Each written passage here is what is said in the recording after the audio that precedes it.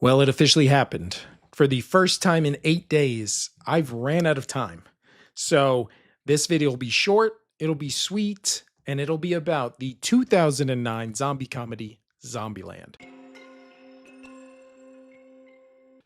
Zombieland follows the characters of Columbus, Tallahassee, Little Rock, and Wichita as they traverse the 2-month in zombie apocalypse in search of three very specific things. One, a family that Columbus still hopes is alive in Ohio. Little Rock and Wichita are looking for an amusement park they hear is a safe haven. And Tallahassee is looking for a Twinkie, more specifically, the last Twinkie on Earth. And then they also just run into Bill Murray in one of the best film cameos of all time. Zombieland is really good. It's really just a good time. It's 90 minutes. I think it's like 92 minutes to be specific. It's the perfect length of time. It really is a great underrated zombie movie. It's funny enough, but the zombie stuff in it is actually really good. The first 5 minutes is like a perfect zombie movie. It establishes the world. It explains what our characters' rules are, right? Where cardio, double tap, things that he uses throughout the entire movie. And he shows the examples of why these are rules, why you should do them. You get all of that in a 5-minute chunk. And then in that 5-minute chunk, you also get the opening credits set to For Whom the Bell Tolls by Metallica, where you just see different types of zombies being killed and killing people in different ways. And it's in slow motion and it's really cool. And you just, again, this is I haven't seen this movie in forever. And I forgot just how good the script is. The script is by Rhett, Reese, and Paul Wernick, directed by Ruben Fleischer. And yeah, it's just also Ruben Fleischer, sneakily one of the most prolific, like big studio directors you've never heard of. Did Venom, did this movie, Uncharted, a bunch of other stuff that is just like, wow, that guy did that. And I think honestly, his best movie might be Zombieland.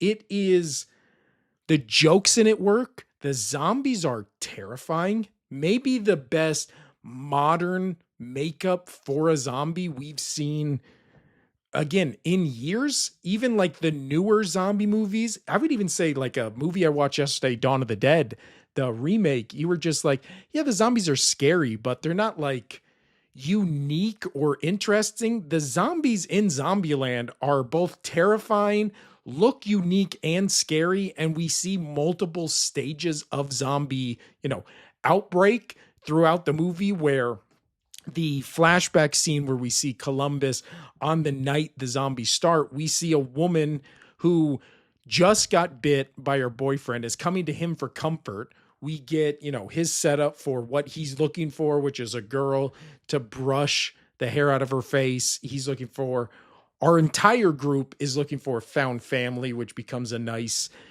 running theme throughout the movie. But we just see the early stages of a zombie, what, like this black goo that is kind of like insinuating their body itself dies. And then that's why they're the undead. It's, again, I really like what this movie and Shaun of the Dead have in common, which is the zombies are never treated as a joke. Like, yes, we see Tallahassee like killing the zombies and messing with them in funny ways, but they're never viewed as a joke. They're always a very real threat that when shit hits the fan, the zombies themselves are terrifying. And we do not see in this movie any of our main characters, because obviously there's only 4 and a cameo by Bill Murray. That is probably one of the most famous movie cameos ever. But we never see them get bit, come close. The, threat of losing one of them is never a thing, which is good because 4 really does feel like the perfect amount of zombie character, or the perfect amount of human characters in a zombie movie, right? Like, it worked with Dawn of the Dead. Why would we try to mix it up? 4 is the perfect number. Again, 5 if you're going to kill them off, which they do with the Bill Murray character. But outside of that, everything in this movie just works. The Twinkie, looking for the Twinkie is just this thing to move the plot along that you then become invested in. It has really good callback jokes to that. At the end of the movie, he gets it, and you're just like, yeah, very simple thing he wants, very simple goal at the end of the movie. He achieves the goal. You feel good for achieving it. Everybody in this movie achieves their goals in very specific ways, which is Little Rock and Wichita. They want to go to this amusement park. They do go there. It's not what they think. They've realized that the safe haven they've been looking for is this found family, right? So with Columbus, he's just looking for a girl to bring home to show to his parents. He's looking for found family because he has nothing else, right? So boom, he gets this. Tallahassee is looking for just some sort of purpose outside of the Twinkie hunt, because in the most effective scene in the movie, earlier in the film, we learn that Tallahassee has lost his dog called Buck, right? And that was the only thing he ever loved in life. When that thing got taken away from him, this is how he became like this hard ass, like pro zombie killer, right? Who just kind of takes his anger out on them and the world itself. He opens up to Columbus about like, oh yeah, I love Buck. Later in the movie, when they're in Bill Murray's mansion, they have this really great scene where they're playing Monopoly, and Columbus catches on with just a word. He catches on that Tallahassee has been talking about his son this entire time. We get the same flashback earlier where it was Tallahassee and a dog. Now it's Tallahassee and his son. And it's like a really sincere, genuine moment that works in the middle of like this funny zombie comedy. And again, that is what I think is so effective about zombie movies, is like Shaun of the Dead, like this movie, like all zombie movies where there's that kind of fun moment where it's just like, oh, we're in the zombie apocalypse. We're like running the world. We can do whatever we want. Then there becomes the zombies are scary. We need to stop or view them as a threat and deal with them.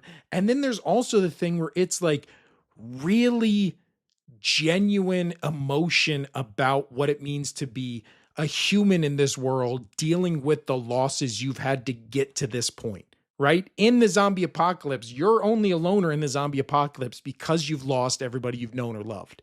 And that is such a very specific and great scene this movie does perfectly, where the Buck the dog, Buck the human, we bridge the gap. We realize now that what he was talking about adds so many layers to his character. I was just talking about the Dawn of the Dead remake yesterday, having no memorable characters. This movie has, I would say, 3, which is the Columbus character, the Tallahassee character, and then the Little Rock, Wichita characters together. I don't think individually they are really given enough to where you separate them as not being sisters, where they have that great flashback scene where they show, because earlier in the film, Little Rock or Tallahassee and Columbus are kind of duped. Well, not kind of. They are duped by the 2 sisters who pull this scam on them. You see the flashback where it's like, oh yeah, this is just who these 2 sisters were even before the zombie apocalypse. They were grifters who kind of went around making money, tricking, vulnerable dudes. And then flash forward to the zombie apocalypse, they're still doing that, just not for money, this time for ammo and a ride, right? So them finally coming together at the end, everybody's goals are met, and then they all just join together for what felt like this movie, again, had a small budget, made a lot of money, was very popular. This movie came out when I was 18, 19 years old. Everybody was talking about this movie. Everybody loved it. This really felt like a movie that should have had 3 sequels. They did have an attempt at a television show, and then obviously they have the sequel 10 years after the fact, which I actually have watched recently, and I won't be talking about it in these 31 days because I just don't think it's a good zombie movie. I just don't think it really works at all compared to this one that it works perfectly. But yeah, this really feels like just a missed opportunity. How did this not have a low budget television show on sci-fi for 5 years that people are like, you know what show is actually really good and you've never heard of? The Zombieland TV show. This just feels like missed opportunity. Again, zombies in comedy with just that kind of sincere people talking about their lives pre-zombie pandemic. Like, it just works. This is why zombie movies are so effective. And never has that been more obvious than watching the 2009 film Zombieland. There you go. Quick, sweet, to the point. I hopefully did not annoy you that I did not have time to write this or edit this to the extent I do the other videos. I will be back tomorrow talking about Rec, or should it be Record, shortened Rec, the original, not the remake. So we're going from comedy horror to just straight up horror zombie film. I'll be back to talk about that tomorrow. Thanks for tuning in for Halloween Hullaba Boo Day 8, Day 9. We're getting scary with it. So like, subscribe, all that YouTube stuff. To the people commenting, I really appreciate it. I'm glad if you found these videos and have been enjoying them and commenting below it, all that stuff means the world to me. I'll see you tomorrow for Rec.